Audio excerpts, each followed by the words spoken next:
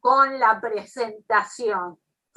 Estaba anunciada también Giovanna Flores, que no va a estar porque está convaleciente de una intervención quirúrgica. Pero también participó del trabajo que se va a presentar hoy. Giovanna es profesora en la UNISUL y es doctora por la Universidad de Campinas. En cuanto a Nadia, ella se define como madre de Lucas, Rodrigo y de Bruna Valentina, pero además hizo un grado en educación artística con la Universidad de Santa María, es magíster en ciencias del lenguaje por la UNISUL y está doctorada en lingüística por Campinas. Hay que hacer notar además que Nadia hizo un intercambio en la Universidad de Buenos Aires y actualmente es docente de tiempo completo en la UNISUL, en el posgrado en Ciencias del Lenguaje y en el curso de Cine y Audiovisual. Tiene experiencia en artes, en estética y en lingüística, con énfasis en análisis del discurso. De modo que en ella interactúan tanto las artes presenciales como las artes del video, la cultura y las corporeidades. En cuanto a Carolina Fagundes, estudió periodismo en la Universidad del Sur de Santa Catalina, la UNISUL, con énfasis en análisis del discurso, medios y género, pero quiero hacer notar que Carolina además hizo un intercambio con nosotros en la maestría en periodismo y su presencia, además de grata, fue muy productiva. Así que les agradezco la presencia, les agradezco la presentación y ya las dejo para que hablen ustedes. Bueno, grata Silvia pelo invite de estar acá con ustedes. Tú mesmo me presentó, yo soy das artes, no soy de periodismo, pero la convivencia con Giovanna, la relación de la línea de pesquisa en nuestro programa es muy cerca, ¿no? Muy cerca una de las otras. Entonces, ese trabajo publicamos en una revista acá en Brasil. Hace parte de boa parte da pesquisa da dissertação da maestria de Carolina, sob orientação da Giovanna Flores. Bueno, trago en la presentación para empezar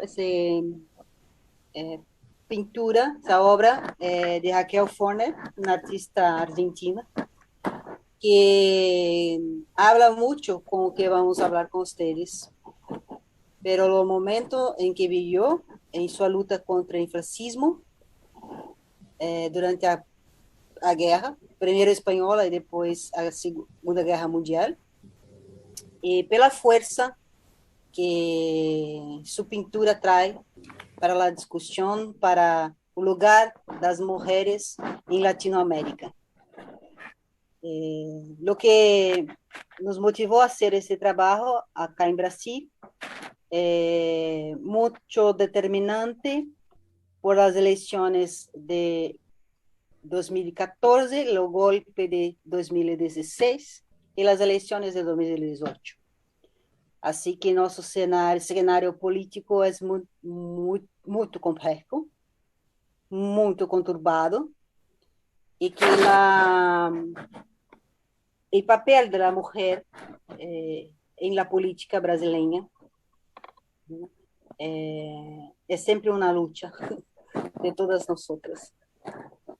Entonces, por eso intitulamos La resistencia es femenina, un análisis discursivo de los momentos oscuros y actuales de la América Latina. Empezamos con una pregunta sobre las condiciones de producción que circularon las imágenes que vamos a presentar. Las elecciones en Argentina y las manifestaciones en Chile, 2019, son hechos históricos que marcan el inicio del movimiento de la población hacia la retirada de los gobiernos neoliberales de los países latinoamericanos, mientras en Chile la población tomó las calles exigiendo derechos y mejoras en las políticas públicas, y lo provocó el presidente Piñera a retroceder a las decisiones. En la Argentina, las elecciones llevaron al poder a Alberto Fernández y Cristina Kirchner, que estuvieron marcados por los discursos que se asemejan a las elecciones brasileñas de 2018. El propósito aquí es analizar discursivamente fotos que circularon a la prensa de la bailarina frente a los tanques del ejército durante la Gran Marcha del Chile, fotografía de Oscar Seguer y Paz Patri, las imágenes de Muñeco Pisuleco, de la candidata Cristina Kirchner, las manifestaciones de la campaña presidencial. Nuestro objetivo es entender que la memoria discursiva se moviliza en el cuadro y la imagen periodística de Pichuleco, de Cristina, en las elecciones. Por tanto, movilizaremos las nociones fundamentales del análisis del discurso franco-brasileño, el discurso artístico y el discurso periodístico. Mi trabajo siempre fue emplazado en el discurso artístico. Así que busco, junto a Giovanna y Carol, una conversa, una charla entre esos dos tipos de funcionamiento. Bueno, así avanzamos un poco más en nuestra charla, que se acabaron los años 2019-20 o no. Al igual en que en 1968, que es una paráfrase del libro del mismo nombre, El año que no terminó, del periodista Zuenir Ventura, sufrimos aún los efectos del torbellino de 2018, un año marcado por importantes acontecimientos políticos para América Latina en general y en particular para Brasil, un año en que fue necesario resistir y resistir. Resistir mucho para que sobreviviera nuestra debilísima democracia y respirar para que pudiéramos recuperar un poco más la esperanza. Existir, porque la democracia que no conocíamos y el Estado que conocíamos fueron desmantelados paulatinamente. Subtraídos los derechos, los espacios de discusión prohibidos, censurados. Arriba da pantalla, eu trago 4 imágenes que são exemplos de censura em Brasil. Empieza por Santander Cultural em 2017, la mostra Queer Museu, quando apoiadores da extrema-direita em Brasil publicaram vídeos em todas as redes sociais falando sobre essa mostra e forçaram el Santander a cerrar. Santander cerró la mostra. La otra imagen es de MAM, Museo de Arte Moderna de São Paulo, en que no hubo censura a exposición no acontece, pero hay un apoderamiento de todos los estatutos da criança e do adolescente em Brasil para dizer que las crianças, los niños brasileños estaban en perigo. É que o performer foi muito perseguido por las redes sociales, ameaçado de muerte, hasta que se fue a vivir en Europa. La tercera imagen era una performance también que era para acontecer en la Casa Brasil, Casa França Brasil, en Río de Janeiro, y que fue expropiada de ese lugar. A performance en cuestión llama La voz del desagüe es la voz de Dios. Y a voz que há o sonido durante a performance era o sonido de la voz do atual presidente. La desculpa para que la performance fosse expropriada de su lugar es que la performance no teria cumprido el contrato de exposición. Cuando no es verdad. Después la última imagen de finalmente a estreia da película Marighella em Brasil, 2 anos após sua produção. Que o governo tentou de todas as formas, de todos os meios, que a película não hiciese sua estreia em Brasil. Aclamada em mundo todo, pero em Brasil não. Não se poderia passar. Então, o governo utiliza meios legais para censurar, de fato. E de todo circulam em las mídias sociais como protestos. Os 4 acontecimentos circularam como protestos. Por isso, afora, 2020 chegou e nos quitou mais as esperanças. Especialmente os brasileiros, que viram os funcionários do governo negar a importância da vacuna, da ciência, despreciar as vidas humanas cegadas por la pandemia de Covid-19 e apostar por uma destruição do país, por a enfermidade e por as políticas neoliberais do atual ocupante do Palácio do Planalto. Eu me nego a falar seu nome, eu calo completamente, portanto não me represento. E me nego a reconhecê-lo. Bueno, y así como en toda la historia, tenemos la arte y la política caminando lado a lado siempre. Y por eso, como dijimos anteriormente, vamos a analizar las imágenes que circularon en los medios de comunicación y en las redes sociales de Latinoamérica, con también reportajes de los periódicos de Clarín en Argentina y de los periódicos brasileños Nexo y Folha de São Paulo, sobre las presidentas Cristina Kirchner y Dilma Rousseff. Bueno, la primera imagen es del muñeco Pichuleco. Yo creo que se dice así también en Argentina, pero acá llamamos de Pichuleco, este muñeco, utilizado por simpatizantes de la derecha en Argentina durante manifestaciones en apoyo al gobierno de Macri en las elecciones que se llevaron a cabo en octubre de 2019. La boleta liderada por Alberto Fernández, cuya presidenta era Cristina Kirchner, ganó en las elecciones en su primera vuelta.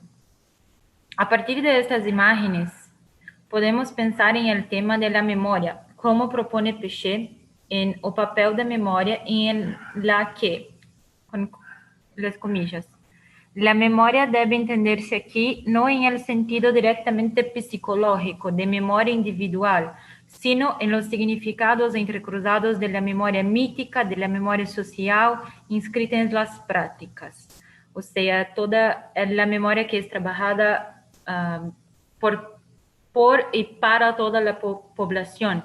La memoria que es trabajada tanto en las redes sociales como en los medios de comunicación, en la memoria que es como una verdad, un sonido de verdad, siempre siendo trabajado y repetido. Así volvemos a nuestra pregunta discursiva. ¿Qué memoria se moviliza en estas imágenes?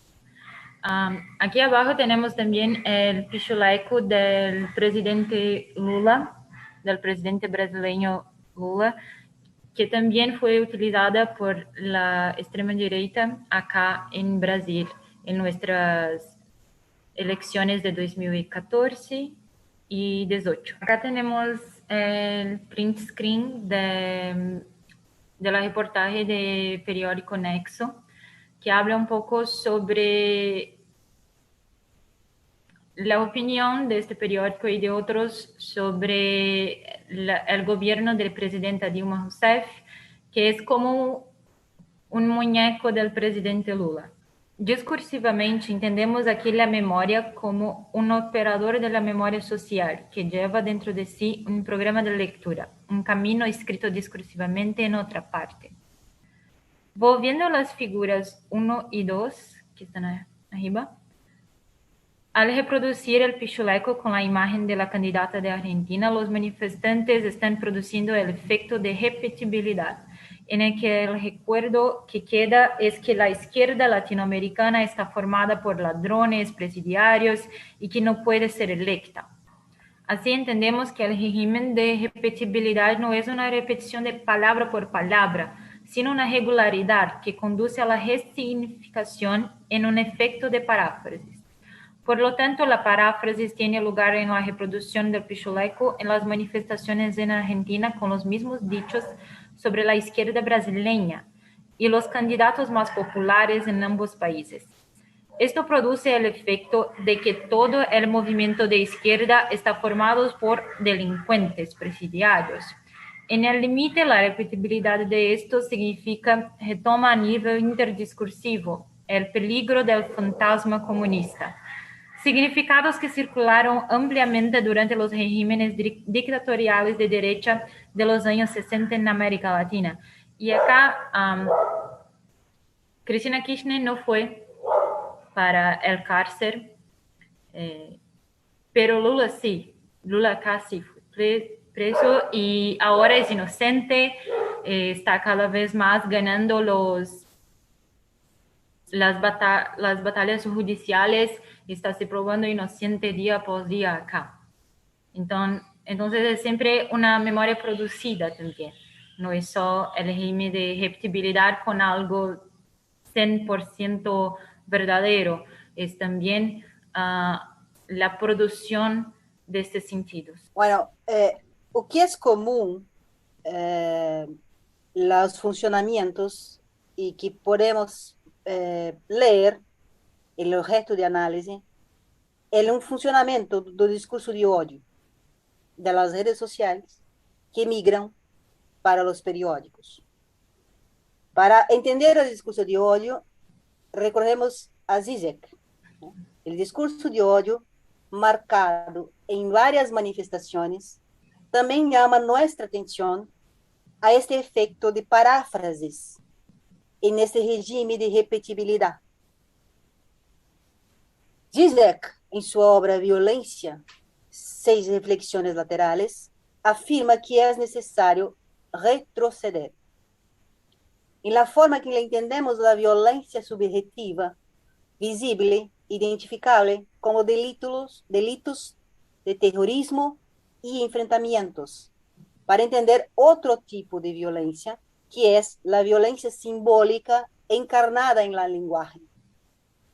Así que, por ejemplo,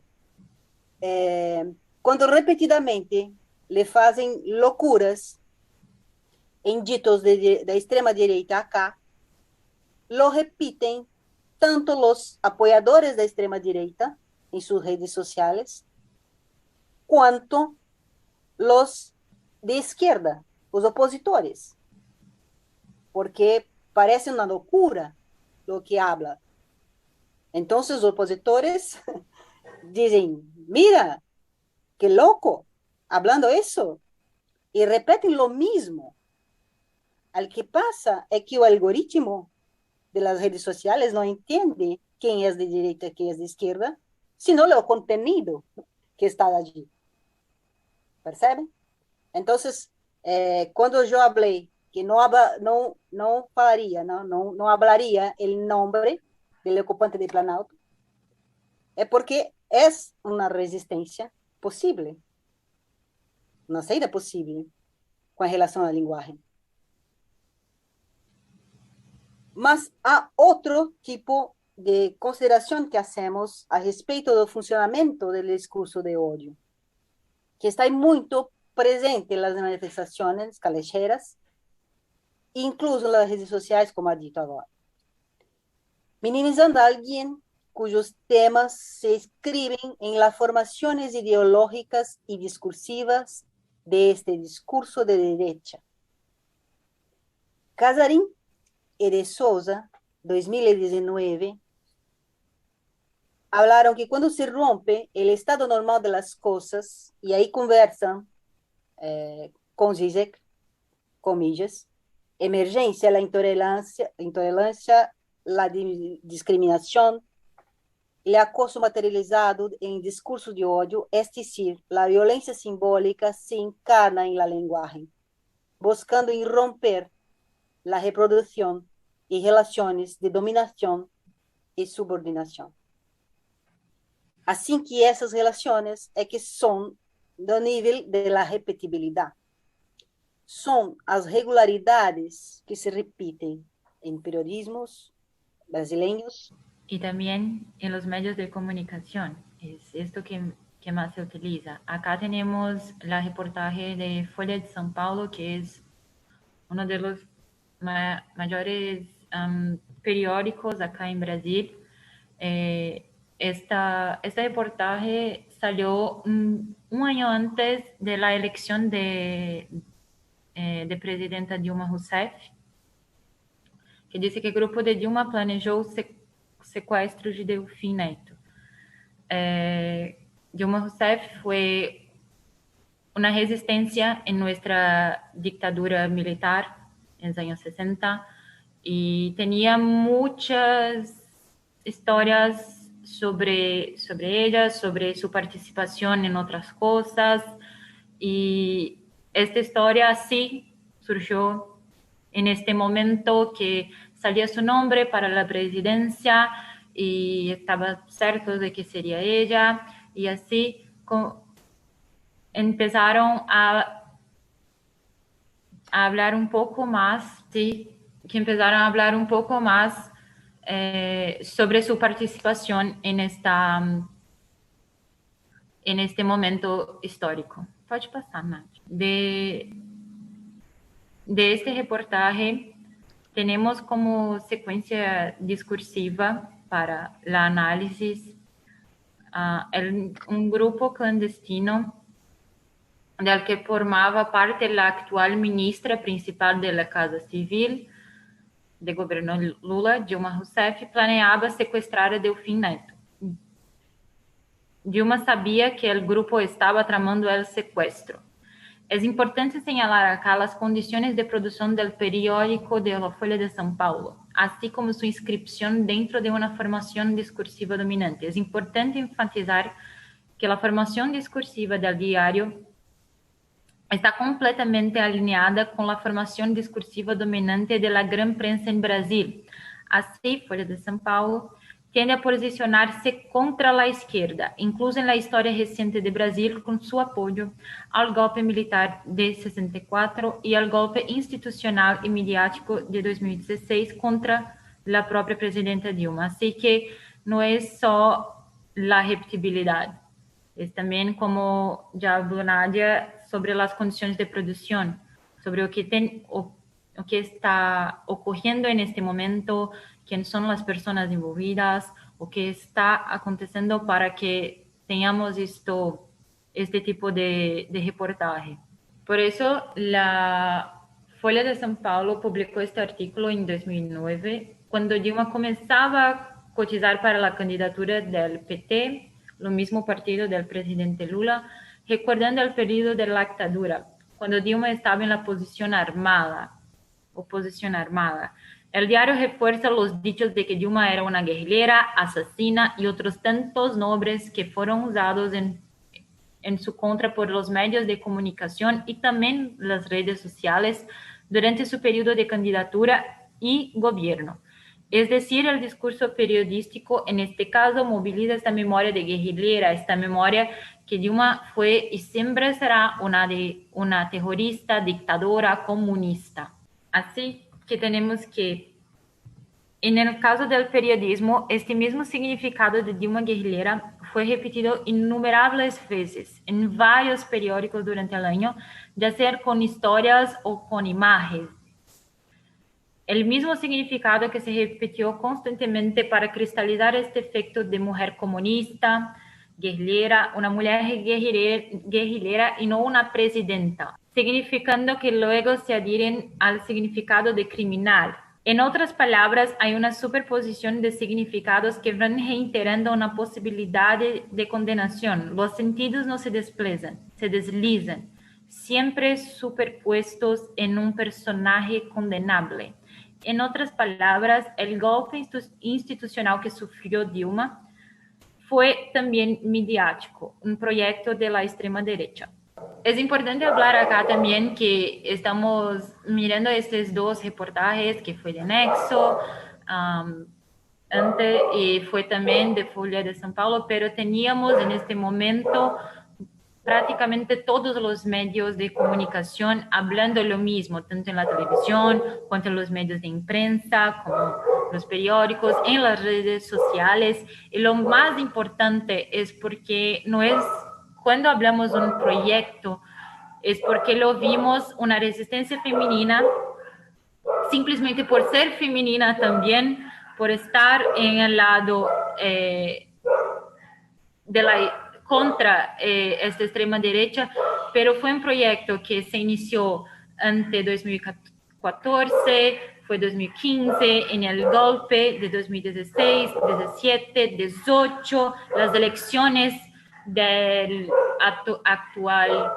no presidente, despresidente. Y así estamos acá, llegando al fin de su gobierno, pero un proyecto que no inició ahora, no fue ahora, fue mucho antes. Tenemos desde 2014 esto ocurriendo, es simplemente intentando en en todos los medios, en todas las posibilidades para imponer un sentido para estas mujeres, para estas personas que estaban en la oposición. ¿Puedo hacer una pregunta? ¿Sí? Por favor.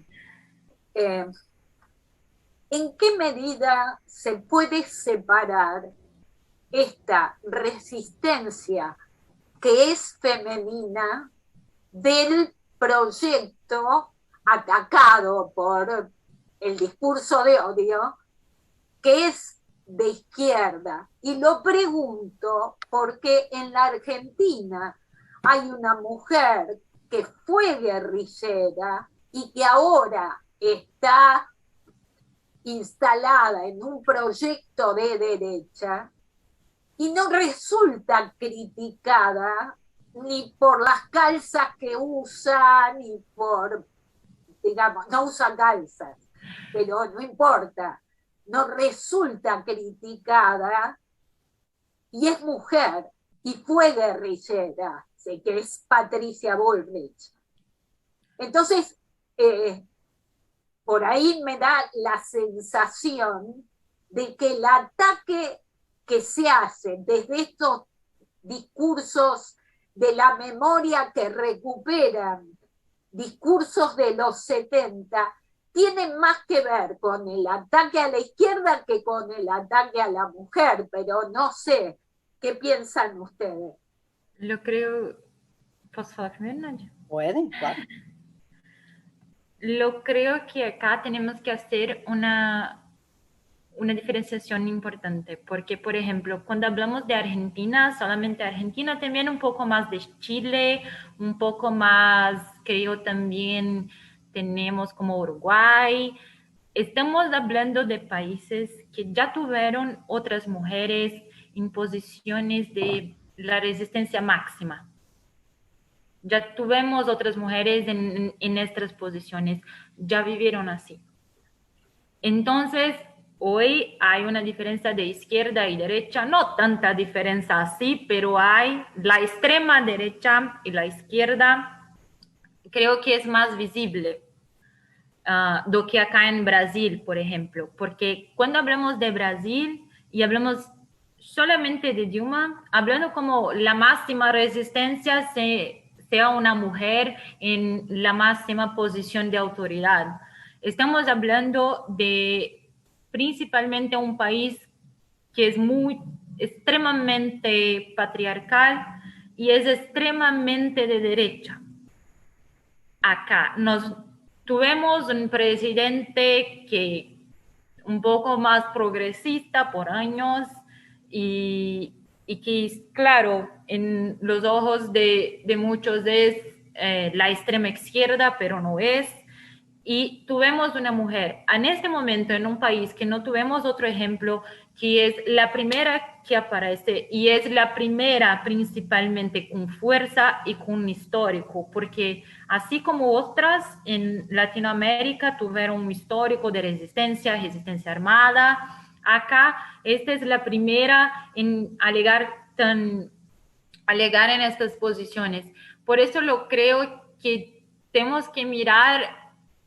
Es posible la charla, es posible esta conexión como hacemos acá, pero tenemos que mirar así, un poco más separadamente, porque las historias son muy parecidas. Toda América Latina es muy parecida en su historia, en su política, en su dictadura, pero también tenemos historias muy diferentes, con una mirada un poco más diferente. Hoy los vemos que acá necesitamos mucho más la izquierda do que las mujeres, pero así como vuelvo para toda Latinoamérica, una cosa es sermos de izquierda, sermos resistencia.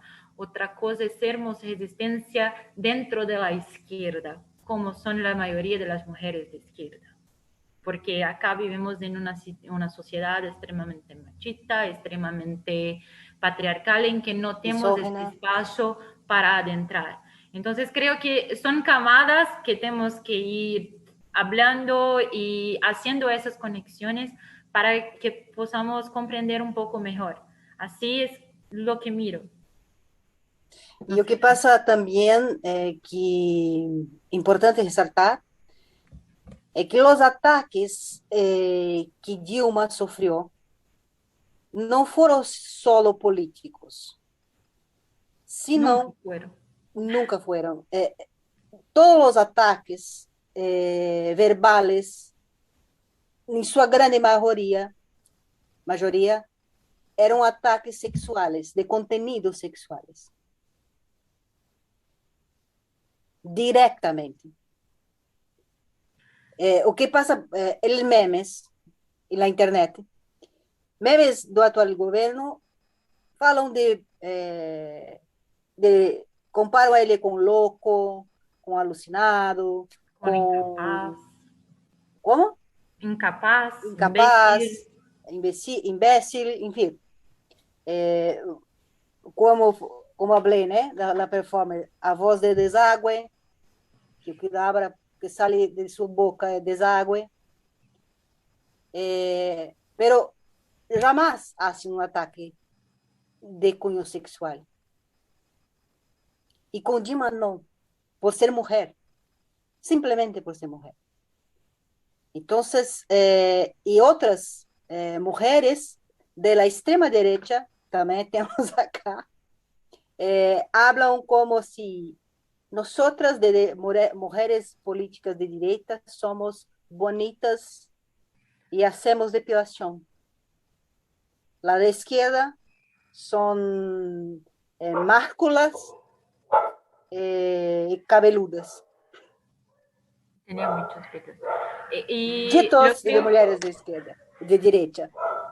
Entonces, esos ataques corporales se personifican en las imágenes, como vamos a mostrar. Porque son ataques que encuadran el cuerpo de la mujer. El cuerpo de la mujer parece ser el ícono de la disputa de esas narrativas en escenario político. es importante también apenas hablar un poquito más sobre eso, porque también tuvimos, así como traemos la Cristina, porque sabemos, ¿no?, de su caminada ahora, pero los ataques para el cuerpo, ¿qué es eso? Es la resistencia. Aunque acá en Brasil lo tuvimos también estas mismas políticas, mujeres políticas de derecha, sufriendo lo mismo, porque, por ejemplo, los políticos hombres son imbéciles, son incapaces, son males, pero una política mujer es, acá tuvimos una mujer gorda que llamaban de Peppa Pig, y en todos los medios, así como las redes sociales de izquierda también. Entonces, cuando lo decimos, la resistencia es femenina, es también por este cuerpo, es también por este cuerpo que es atacado en en todas las posibilidades de espacio. Podemos observar en las imágenes que las manifestaciones en Argentina la marca de lo político como división de clase, y yo digo de clase, de género y de raza también. Históricamente, la clase dominante, la burguesía, no acepta gobiernos populares de izquierda. Por eso es posible cruzar la política como la nuestra nos muestra Holanda. Los procesos de producción de significado están tan fuertemente marcados en estas imágenes porque es a través de la organización del grupo de derecha que se reproduce el discurso de odio contra las izquierdas y las minorías. Es importante acá trabajar con la hipótesis histórica de que la clase que hablamos como a clase dominante, la clase burguesa, es la misma desde el tiempo de la esclavitud, acá en Brasil. Los señores esclavos fueron, recibieron, como dice, indemnización. Eles fueron indemnizados con la abolición. Son los mismos que estaban en las capitanías hereditarias acá en Brasil. Y eran los mismos que estaban sosteniendo el golpe de 30, de 60, y ahora no muda. Lo que pasa es que no muda. No cambia. Bueno, el cuerpo de mujer.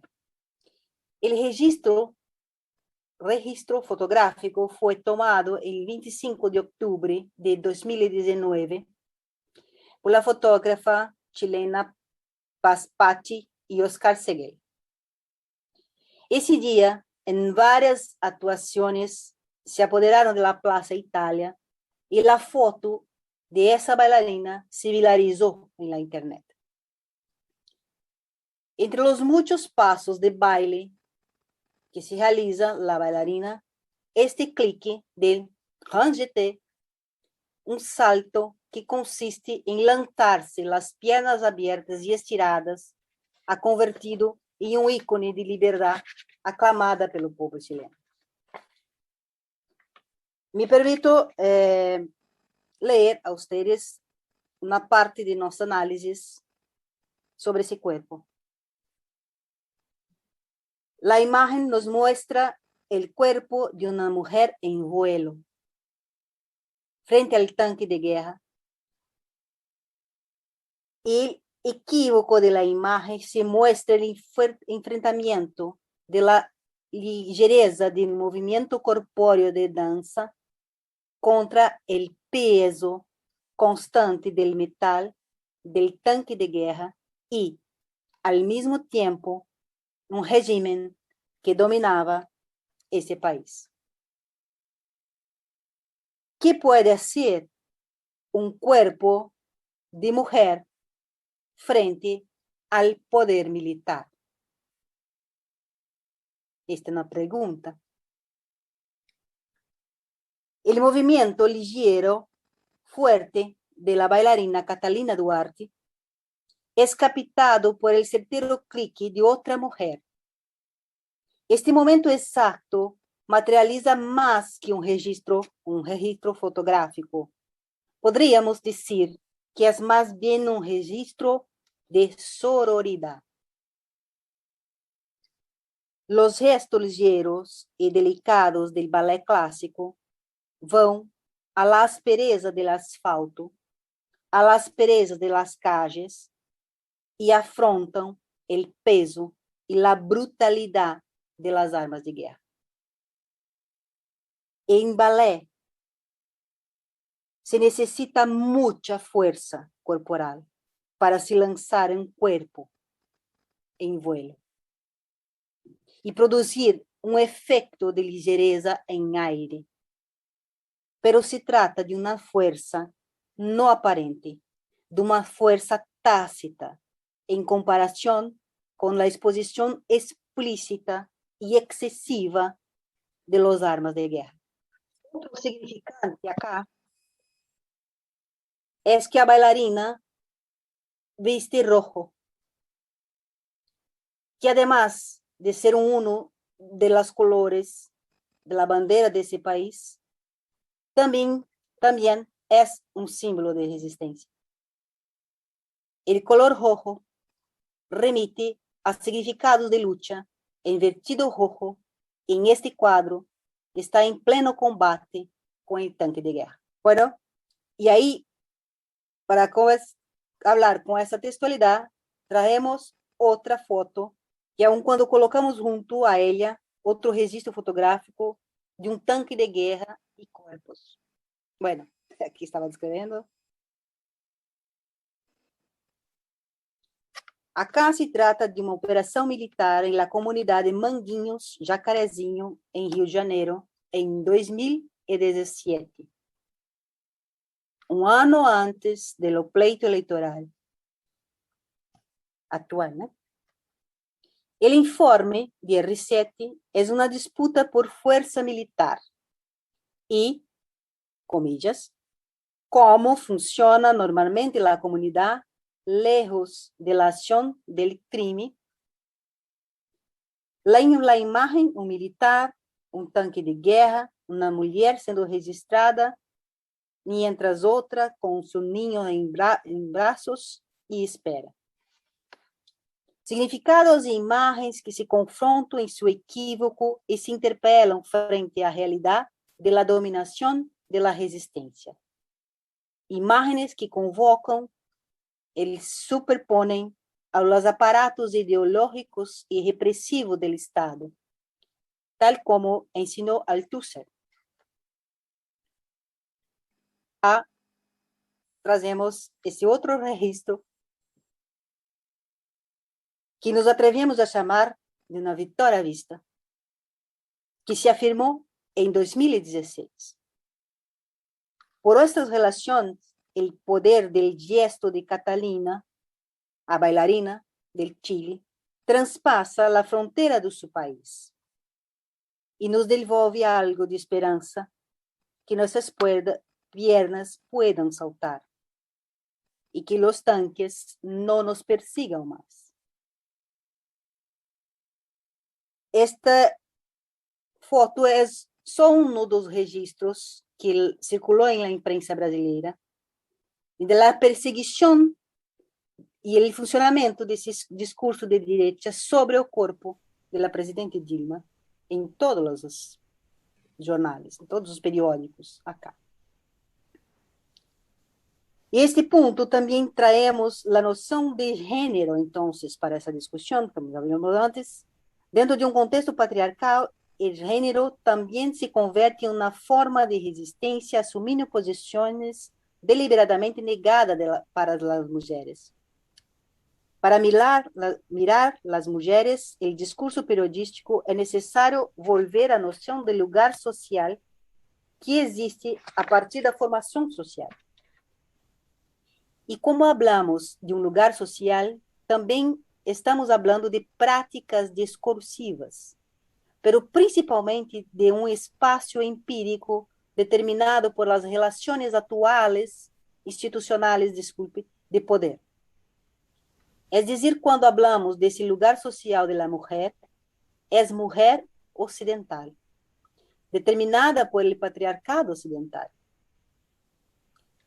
La principal relación de poder actual ya es el patriarcado que sustenta la estructura del capitalismo y que además complementaría esta ideología dominante en el espacio discursivo. Así, cuando nos ocupamos del lugar social de la mujer en el discurso político, entendemos que ese lugar como un lugar en que el patriarcado permite que las mujeres adentren, o no. Después, vivimos inscritos en la formación discursiva machista, patriarcal, que va a imponer límites a la libertad de las mujeres. Y hablamos acá apenas de Dilma Rousseff, porque en pleito de 2018 había dos otras candidatas a vicepresidencia, mujeres, una indígena y una periodista, que sufrió ataques violentos en las redes sociales por ser mujer también.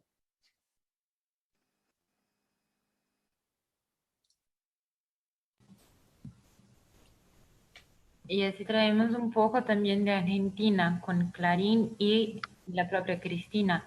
En este reportaje de Y un día irrumpieron las calzas, es un reportaje hablando casi todo sobre las calzas de la entonces presidenta Cristina Kirchner.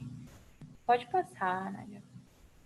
Así tenemos la segunda secuencia discursiva acá de los periódicos que mandó a un segundo plano cualquier otra consideración sobre el significado de este acto. Pero no solo eso, las calzas o leggings que exhibió la presidenta obligaron también a hablar de la figura de su cuerpo.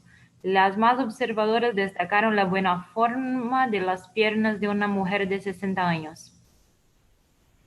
Así, en toda la reportaje y por esta secuencia discursiva percibimos un esquecimiento sobre los temas políticos que marcaron la visita del presidente a Ezeiza. Esa supresión silencia la posición sujeto de la presidenta, este lugar social y discursivo que la presidenta Cristina estaba asumiendo, reduciéndola a un cuerpo femenino, a un cuerpo que merece y debe a ser apreciado por su buen aspecto, de más edad, por estar deseable a una sociedad totalmente patriarcal. Pode passar, né? Al resaltar los pantalones de Cristina Kirchner, Clarín moviliza nuevamente una memoria, como hablamos anteriormente, que entendemos como la memoria del lector, esta memoria social que habló Nadia, sobre cómo y en qué posición debería estar la mujer dentro de la política. Acá tenemos un meme sobre eso, que es bella, recatada, que no sé cómo es en español, pero como correcta, recatada y del lar, de su casa y de casa. Según Davalon, para que un recuerdo sea considerado una memoria social, es necesario que el hecho recordado redescubra su vivacidad y sobre todo necesita ser reconstruido a partir de datos y nociones comunes a diferentes miembros de la comunidad social. Así, es decir, que el funcionamiento del discurso do periódico movilizó una memoria ya existente, que ya estaba cristalizada, trayendo como argumento la vestimenta y un cuerpo de la presidenta, reforzando con datos y las imágenes, las fotos y el texto cuál sería el lugar de la mujer dentro de la política, un lugar decorativo solamente como primera dama y siguiendo la primera dama brasileña, como lo dice nuestro meme, que hermosa, bella, recatada y de casa, que debe servir a su hombre, que debe estar la muy bella a todo momento. Otro punto consistente en este artículo es la supresión de la posición sujeto-presidenta. Acá no se utiliza pronombre de tratamiento y se suprime toda su posición de poder. Así se refiere como la Fernández, la Cristina Kirchner, la Cristina Fernández, y así no se habla sobre como una autoridad, no está respetando el local de presidencia y simplemente recordando el lugar social de la mujer, este lugar de colectivo, como hablamos. Además, Clarín, sobre todo por su historicidad, trabaja todo el tiempo como portavoz de la ideología dominante, que en este caso está en el espectro político más conservador. Así percebemos el cruce del discurso machista y una constante recuperación de la memoria de lo que sería el sujeto mujer, es decir, un sujeto asociado al cuerpo y la ropa, nunca una posición de lideranza política, desplegando la imagen de Cristina Fernández de asociarse a una figura política y acercarla a lo que se espera de una mujer de 60 años. O, por ejemplo, de una bailarina que se enfrenta a los militares. Bueno, si por un lado la imagen de Puchuleco lleva marcas de discurso de odio que hacía de gobiernos que no piensan en las minorías, la imagen de la bailarina nos muestra la resistencia de un pueblo que lucha para que los gobiernos autoritarios no maten, por una vez, la tan débil democracia. Y ahí haremos con Zimbla y Levitsky, una vez que un aspirante a dictador logra llegar al poder, la democracia se enfrenta a una segunda prueba crucial. ¿Subvertirá las instituciones democráticas o se verá limitado por ellas? Las instituciones se convierten en armas políticas, blandidas violentamente por quienes la controlan, con quienes las controlan. Así es como los autócratas electos subvierten la democracia, manipulando los tribunales y otras agencias neutrales y usándolas como armas, comprando los medios y el sector privado, intimidándolos para que se callen y escribiendo las reglas de la política para cambiar el mandato do campo y volver el juego en contra de los oponentes. La trágica paradoja del camino electoral hacia el autoritarismo es que los asesinos de la democracia utilizan las instituciones que le perciben gradual, sutil e incluso legalmente para matarle. ¿Qué pasa aquí en Brasil, por ejemplo, en las marchas de la extrema derecha? Es común mirar frases, canciones, imágenes de la resistencia en la boca de los manifestantes de la derecha, de la extrema derecha. Es una apropiación, así como hicieron con las cores nacionales, con la bandera, con los símbolos, una apropiación indébita, una apropiación indébita. Bueno, termino con Raquel. Que seamos capaces de saltar frente a los tanques del machismo y del autoritarismo que instalan la política de muerte, y que en el arte nos muestre caminos de una política de vida. Los medios para continuar la charla. Bueno, muchas gracias. Momento de las preguntas. Tengo una pregunta que se refiere, ustedes hacen foco casi exclusivamente en la representación de la resistencia femenina.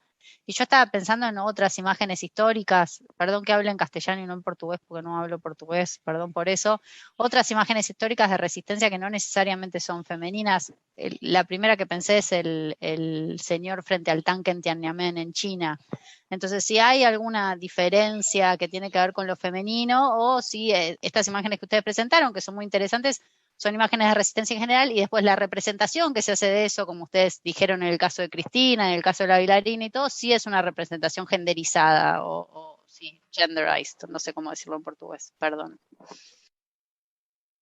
Bueno, Eugenia, parte de la pesquisa de Carolina, de la disertación de maestría, es sobre las presidentas latinoamericanas. Así que nuestro recorte se encaminó por eso. Creo, hablo por Giovanna, que no puede estar aquí hoy, que trabaja con cuestión de género en los periódicos y en revistas feministas. Ese es el trabajo de él. Después, Carol, si quieres hablar un poco de tu pesquisa. A mí me interesa la resistencia de género, sobre todo en la arte, y me capturó la foto de bailarina por eso, mucho por eso. De otro lado, aquilo que hablé antes, a respecto de las imágenes que circulan de los cuerpos femeninos en Brasil. Y los ataques que la arte y las mujeres da política sufren el tiempo todo acá. E depois produzem um sentido de que, bueno, não foi bem isso. Há pouco tivemos uma deputada de direita,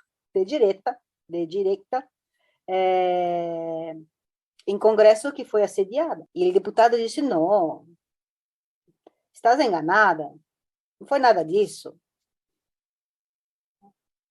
Durante a CPI da Covid, acá em Brasil, uma senadora foi chamada de histérica por um colega. Não, mas não foi bem isso. Então, me parece que existe sim, em relação à divisão sexual de trabalho, uma diferença em resistência.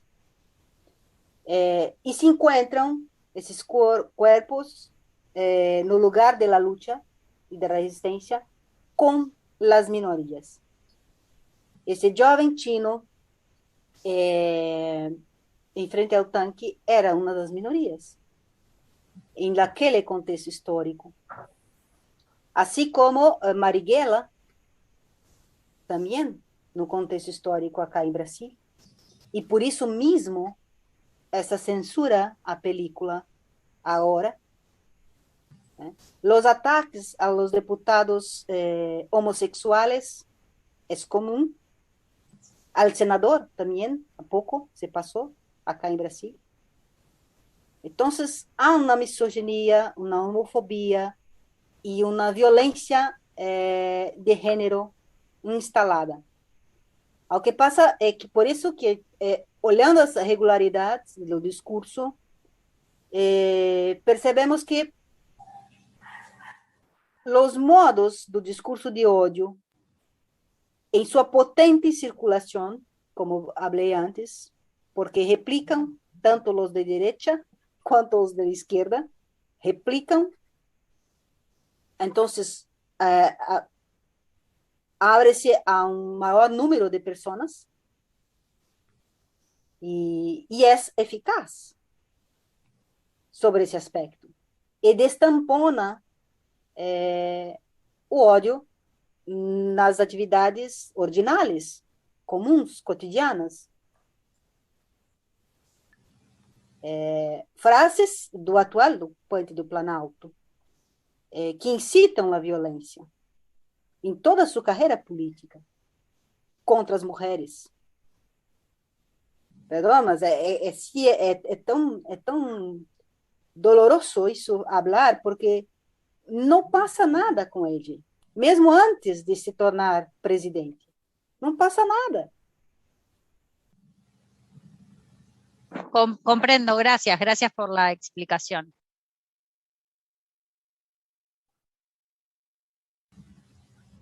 Puedo hacer una pequeña pregunta. Yo sé que esto no es necesariamente lo que ustedes,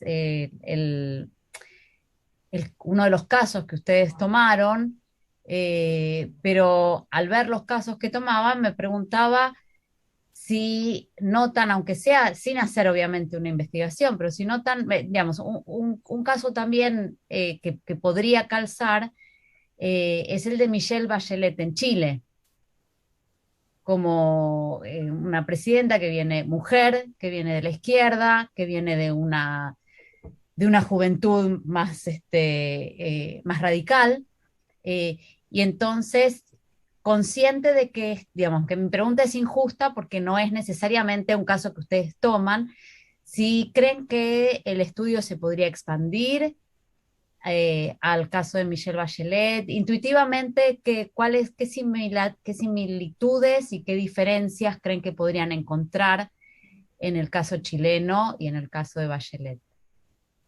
Carol, essa é com você. Essa Bueno, pesquisa, Carol. es que en mi tesis analicé en 6 mujeres presidentas latinoamericanas. Estudié todas las que fueron presidentas en Latinoamérica, desde la primera, que es Isabelita, hasta que tenemos acá la última, que fue la presidenta de Trinidad y Tobago en 2018. Pero es principalmente Laura Chinchilla, y hacemos la investigación con Laura Chinchilla, Michelle Bachelet, Cristina Kirchner y también Dilma Rousseff. Lo creo que o que hablamos acá también se aplica para Michelle Bachelet, aunque, como dice Silvia, tenemos camadas, porque la belleza de Latinoamérica es que la historia se repite todo el tiempo. Porque cuando miramos a Argentina, tenemos una historia que se asemeja a Brasil, que se asemeja a Costa Rica, que se asemeja a Ecuador, que se asemeja a Chile, pero tenemos siempre algunas diferencias, y tenemos en Chile esas diferencias. De Michelle Bachelet también fue una mujer que fue de la militancia radical, que luchó por su país y después se encaminó para la presidencia. Por ejemplo, tenemos como las otras, como Dilma, como Fernández, como Chinchilla, solo pude subir al poder después de un hombre de izquierda. Siempre lo mismo se repite.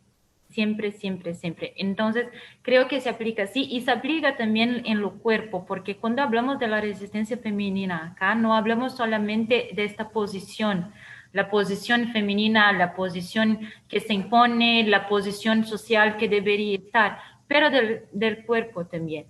Porque aunque Michelle Bachelet tiene una historia un poco diferente con la ONU y otros momentos de su historia, pero también se aplica los ataques a su cuerpo, los ataques constantes de que no es que es incapacitada, es fea, es gorda, es vieja. Es siempre lo mismo que se ataca, porque muchas veces puede vir a ser incapacitada, puede vir a ser una imbécil también, pero no, siempre se va para los mismos ataques. Entonces, quiero investigar y mirar a otras presidentas, y creo que también nos cabe futuramente una discusión de raza, porque increíblemente de todas las presidentas de Latinoamérica solo tuvimos dos que no, que no son blancas, pero son en países como Haití y Trinidad y Tobago, que la mayoría de la población es negra. Entonces no tenemos otra, tenemos, pero aunque espero que no, aunque es muy es muy pocas mujeres que llegan a esta posición, que podemos hablar de esto, de esta resistencia en una posición de poder, porque resistencia se hace de todas las maneras, así como tenemos la bailarina, pero que llegan a una resistencia al poder. Son poquísimas. Y de todas mismo, en Ecuador, en Guyana, en Surinam también tuvimos todas, se repite la misma historia. Se llega al poder después de un presidente hombre de izquierda y normalmente sufre los ataques de su cuerpo, los ataques por ser mujer, por no ser bonita, por no ser eso, por ser de más aquello, por usar mucha maquillaje y así fue. Me pregunto también qué diferencias, otra vez, es una pregunta realmente sin ninguna base. ¿Qué diferencias encontrarías con mujeres que vienen de la derecha? Y en ese sentido me pregunto, ¿cómo son las imágenes que se muestran de Angela Merkel en los medios alemanes o en su momento de Margaret Thatcher en los medios británicos? Pero no sé, no tengo la menor idea, pero me pregunto si habrá, si habrá también un enfoque, claro, ya no en la resistencia, pero sí en cuestiones que tienen que ver con el cuerpo, con la femineidad o falta de, o ausencia de femineidad. Sí, aunque no investigamos a estas aún, pero vamos, ahí nada, yo. Una cosa que me ocurre acá Sí, también, empíricamente, me acordé que Margaret Thatcher, por ejemplo, era llamada la Dama de Fierro. O sea, no Ella es deja la de... dama de hierro, mientras que Angela Merkel es Mutti, que es mami. Eso, exactamente. eso, eso. Entonces, y curioso porque podría ser ahí un funcionamiento un poco diferente, ¿no? Eh, pero continua un ataque sobre el cuerpo. Una dama de fierro no tiene deseo, no deseo, no. No solamente de cuerpo, ¿no? Lo creo, por ejemplo, me empecé pensando en Laura Chinchilla, que fue electa en un partido de izquierda, pero después votó en mucha cosa de derecha y conservadora y fue toda para otro lado. Aunque ella sufrió también porque es muy bonita, porque usa mucho maquillaje, porque... Y mismo para mí, que soy de izquierda, cuando miro para los hechos políticos de ella, son muchos que podemos hablar, no se habla. Lo que más teníamos algunos deslices de periódicos que hablaban un poco más de la política, así como tenemos acá en Brasil y también en Argentina, pero son poquitos. Pero siempre se habla eso, de cuerpo. Siempre a todo momento se habla de cuerpo. Mismo en la derecha no es una resistencia por este lado político, pero aunque es una resistencia femenina allá, es una resistencia que está intentando su espacio, intentando un espacio que no es de ella, socialmente de ella, es de ella, socialmente. Yo tengo una pregunta que puede sonar muy sencilla o muy trivial. Hay una cuestión en el uso de los términos calzas y los pantalones para la materia de Kirchner. ¿Es una cuestión de sustitución o hay una cuestión acá? Uso del término calzas, no pantalones. Yo no conozco muy bien lo castellano para poder... Cerró el sonido, Carol. Perdón. No, lo creo que no. En este momento específico no. Yo creo que fue solamente como los periodistas para no decir la misma palabra a todo momento, pero un sinónimo, pero en este momento lo creo que no. no tenía. No, las calzas en realidad son un tipo de pantalones elastizados, casi como medias. Nosotros, los leggings, nosotros los llamamos calzas habitualmente. La característica es que las calzas se usan en situaciones muy informales, como puede ser una clase de gimnasia, de educación física. Esa es parte de, digamos, de la sorpresa que hubo con respecto a eso. Pero yo seguí pensando, yo seguí con Patricia Bullrich, que habiendo sido guerrillera, actualmente está instalada en un proyecto de derecha, y la verdad es que a ella difícilmente la critican por el cuerpo, cosa que en este momento en la Argentina estaría muy mal vista.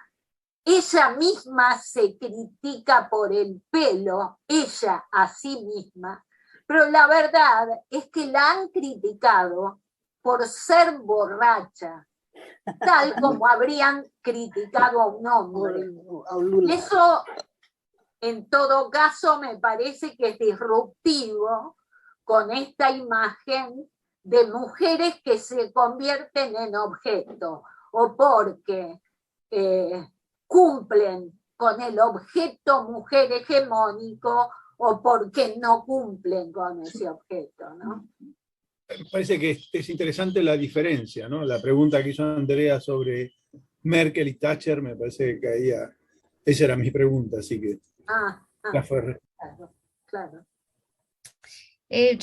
Vos decías el caso de Patricia Bullrich. Está que también a mí me faltan ahí mi excusa es que viví muchos años afuera, entonces no conozco a todos los personajes de la política local, pero está Lilita, ¿no? Que también no viene, bueno, viene del radicalismo, pero no tiene ahí un pasado un poco más radical que la UCR o no. Y que no, es una... siempre fue radical. Bueno, y también es una señora grande, grandota, físicamente grandota, a la que yo no sé si los medios, pero claramente se habla peyorativamente de la gorda, o se hablaba años anteriores, ¿no? Pero, es decir, se enfocaba también en su aspecto físico. Pero bueno, no, ahí se me escapan, no sé bien a... Sí, digamos, esa es una regularidad que va más allá de la política. Las mujeres somos calificadas más desde el punto de vista físico y los hombres desde el punto de vista profesional. Sí, isto é uma realidade, né? De fato, que pasa en las figuras políticas das mujeres de izquierda en Brasil son de facto atacadas com mais violência. Ajá.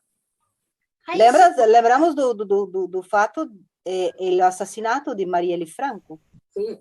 em Rio. Hasta agora, segue sem solução. Todos saben quién cometió el crimen, pero sigue sin solución. Ahí se me ocurre que pues les podría resultar interesante leer, en el 18, apenas yo había llegado acá a la Universidad de San Andrés, me tocó evaluar un trabajo de graduación, una tesina de grado, que fue interesantísimo. Quizás, yo no me puedo acordar de quién es, si lo busco lo voy a encontrar, pero quizás Silvia y Eugenia se acuerden, aunque era una alumna de política, no de comunicación, hizo una tesina que realmente cruzaba y cubría muy bien los dos temas, y era sobre cómo una revista, que es la revista Noticias, que hasta donde entiendo es algo entre una revista política y de chismes también, ¿no? La revista Noticias presentaba en su tapa, en un periodo muy determinado, a políticos hombres y a políticas mujeres. Y se concentraba en un análisis sobre todo de la foto, de tapa y el texto que acompañaba la tapa. Ahí hubo una foto muy famosa, que es la de una política mujer, María Julia Alzogaray, una señora entrada en años, en la nieve, cubierta solamente por un tapado de piel, semicubierta por un tapado de piel, y había otras fotos más. Hizo una tesina impecable, realmente muy buena, analizando imágenes y cómo esta revista, la revista Noticias, presentaba, mostraba con qué imagen y con qué texto de tapa acompañaba a políticas mujeres y políticos hombres. Si les interesa, puedo rastrear quién era la alumna. Interesantísimo. Vale. Esas son tesis que hasta donde entiendo son de acceso público a través de la Biblioteca de San Andrés. Enquanto André hablaba, yo me recordé un análisis que Giovanna hice en 2019 a respecto de la primera periódico de mujeres en Brasil. ¿Te acuerdas da data, Carol? 2019. Sim, do periódico 1800 final